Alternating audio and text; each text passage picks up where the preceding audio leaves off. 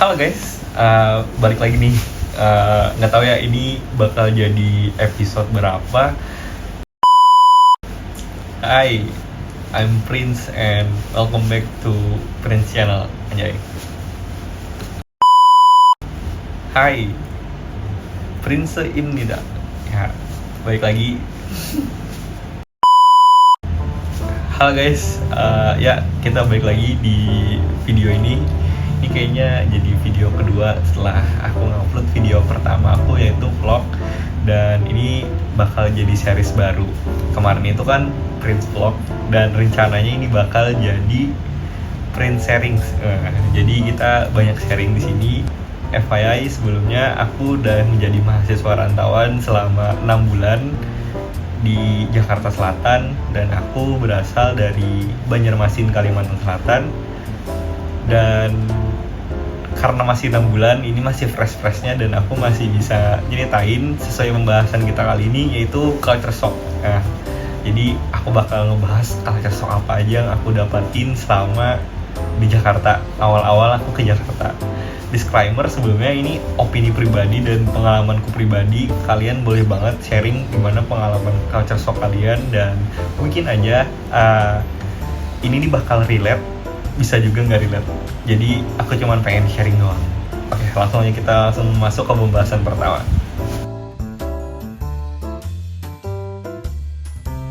Oke, yang pertama yaitu bahasa dan logat mungkin. Waktu aku di Kalimantan, waktu aku di Banjarmasin, sebelum berangkat, aku tuh berekspektasi ya, kayak ketakutan lah. Gimana sih, aku kan bakal ke Jakarta Selatan, Jaksel tuh kan kalau kita kita pikirin itu pasti kayak, wah ini kita bakal jadi anak Jaksel nih, logat kita Jaksel, dan kita bahasanya campur lah Inggris Indonesia gitu lah, kayak literally gitu. Aku pikirnya kayak gitu di awal, dan ternyata realitanya itu tuh gak sepenuhnya salah, gak juga sepenuhnya bener.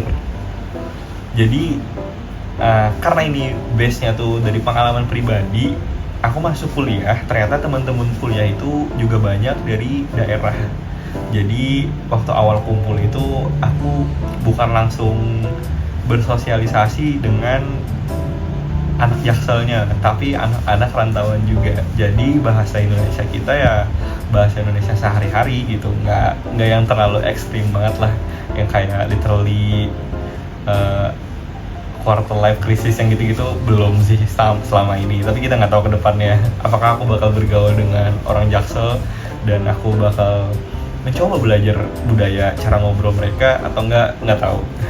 Kemudian juga logat, beberapa aku juga punya temen logatnya itu ya dari Betawi asli. Jadi kayak sedikit awal-awal mulai itu aku kepengaruh sih, kayak kebawa, jadi kayak kenapa dah jadi logat-logat itu lumayan kebawa ya. Tapi kalau kita berbicara bahasa secara keseluruhan, awalnya memang berat ya, karena kan kita kan di daerah itu menggunakan bahasa daerah. Waktu kita coba merantau, kita harus membiasakan mulut kita untuk berbicara bahasa Indonesia gitu. Sebenarnya kadang ya, kalau kita bahas bahasa tuh, kalau kita tiap hari bahasa Indonesia, apalagi anak rantauan daerah tuh, kadang aku sendiri sih ngerasa capek kadang ya. Kadang aku pengen balik kayak bahasa sehari-hari, bahasa daerah gitu. Makanya sometimes aku nelpon keluarga di rumah itu buat ya itu, atau temen-temen di sana itu tuh buat aku bisa ngobrol pakai bahasa daerah lagi gitu. Oke, sekarang poin kedua nih. Oke, yang kedua itu karakter orang di Jakarta. Ini jadi culture shock juga sih. Kayak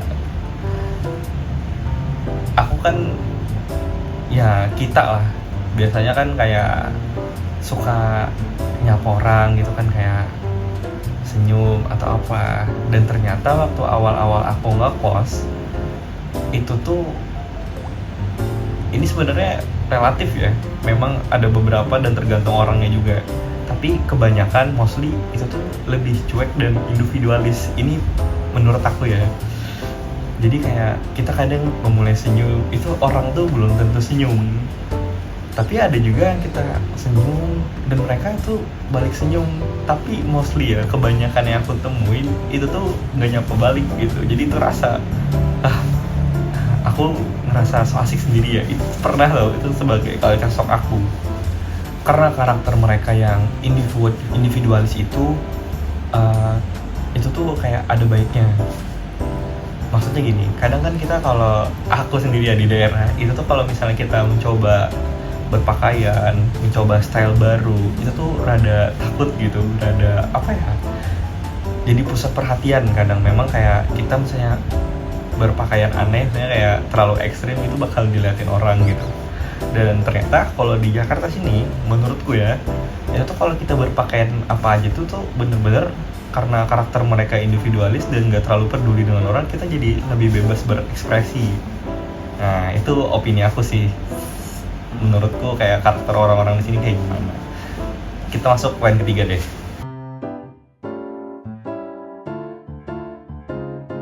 Yang ketiga,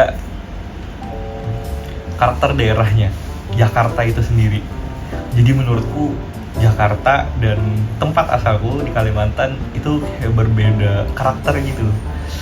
Jadi kalau di Jakarta ternyata itu tuh, kita kan biasanya dengar Jakarta tuh kota sibuk. Ternyata bener-bener kota sibuk gitu.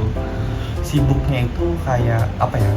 Menurutku ya, di sini tuh banyak orang itu yang terkait kayak entah itu pegawai, karyawan, atau ikut instansi sebagai apa gitu.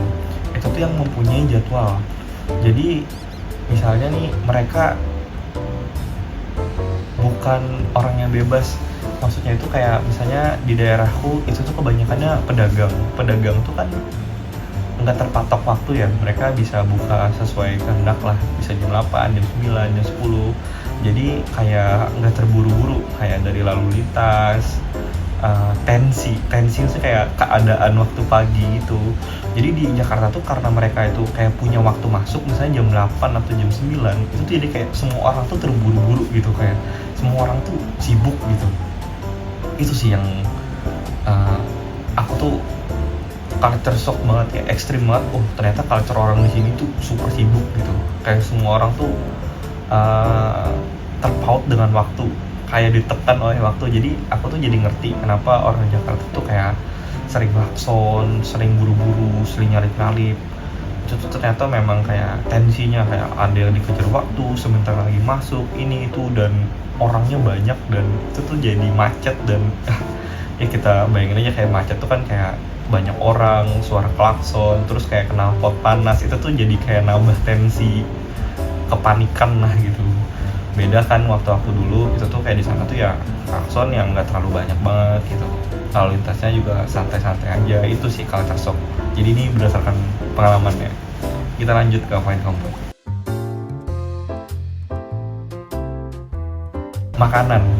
Makanan aku kan, makanan tuh culture shocknya tuh apa ya, aku tuh dulu mikir makanan di sini tuh mahal, dan ternyata relatif, balik lagi relatif, tergantung kita yang memilih kita mau makan apa dan makannya di mana. Jadi sebenarnya kalau mahal atau murah itu tergantung dari kitanya. Jadi kalau kita mau makan murah, itu dari yang kita nyari yang murah-murah tuh ada, dan yang mahal-mahal pun ada gitu. Jadi nggak seperti ekspektasi aku yang oh di sini nih makanannya mahal banget. Enggak juga ternyata. Lagi kos kita belajar masak, kita bisa masak nasi atau beli lauknya aja, itu tuh bisa bikin hemat lah, dan nggak semahal yang aku pikirin. Dan kita lanjut lagi. Nah, ini yang menarik nih, transportasi di sini. Wah ini culture shock beneran sih. Aku di Kalimantan itu tuh nggak ada kereta api. Jadi waktu ke Jakarta, wah aku lihat kayak transportasi itu beneran terintegrasi. Kayak ada busway, ada MRT kereta, terus KRL kereta juga, terus ada juga LRT itu kereta juga. Terus ojek online yang beribu-ribu di sini mampu, banyak banget orangnya. Jadi masa transportasi itu enak banget. Aku yang di Jakarta, aku yang di Kalimantan sebelumnya nggak pernah kayak lihat transportasi umum yang seintegrasi ini akhirnya menemuin kayak aku mau ke sudut kota mana aja tuh menurutku di sini mungkin kalau kita pakai transportasi umum.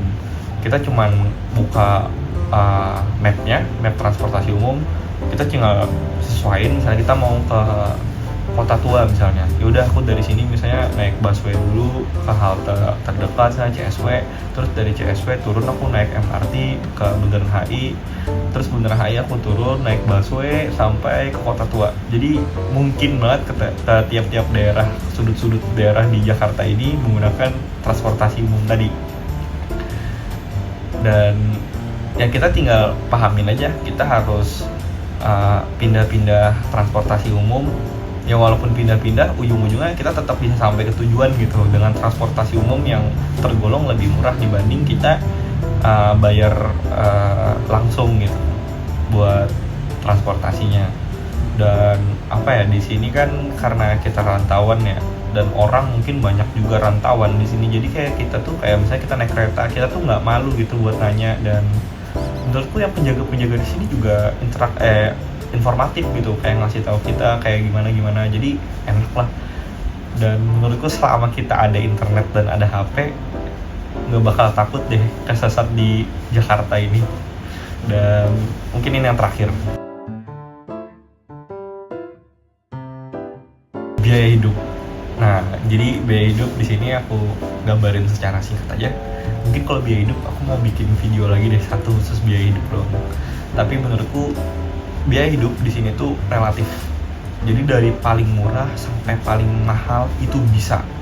Jadi kita nggak bisa kayak nentuin biaya hidup di Jakarta tuh mahal. Nggak, ada cara murahnya juga. Tapi memang mahal di sini dan murah tuh relatif juga kan. Kayak murah di sini tuh ya lumayan mahal di daerah lain, atau yang mahal atau kayak gitu-gitulah, pokoknya relatif sifatnya gitu. Jadi jangan takut lah ngerantau, atau yang paling aja di sini ada yang pengen jadi mahasiswa rantauan, biaya hidup tuh bisa kita siasati lah. Kayak misalnya makanan, kita bisa masak sendiri, atau enggak kita masak nasinya beli lauk dari luar, jadi masih bisa kita kontrol lah. Ya kalau kita memang nggak bisa kontrol, kita makan mewah terus atau makan di restoran terus, ya biaya hidup kita juga mahal. Itu nggak mesti di rantauan sih, kalau kita di kampung kita sendiri pun, di daerah kita sendiri pun, kalau kita makan restoran ya biaya hidup kita mahal gitu. Jadi menurutku biaya hidup tuh relatif. Jadi ya setelah aku ngerantau, aku ngerasa terbukalah, ada beberapa insight yang aku dapatin selama aku ngerantau gitu. Mungkin udah habis nih nyeritain culture shock, walaupun nggak kayak gimana ya videonya, yang penting adalah video tentang culture shock yang aku rasain gitu. Oke, tunggu aja di seri-seri dan video-video berikutnya. Bye bye.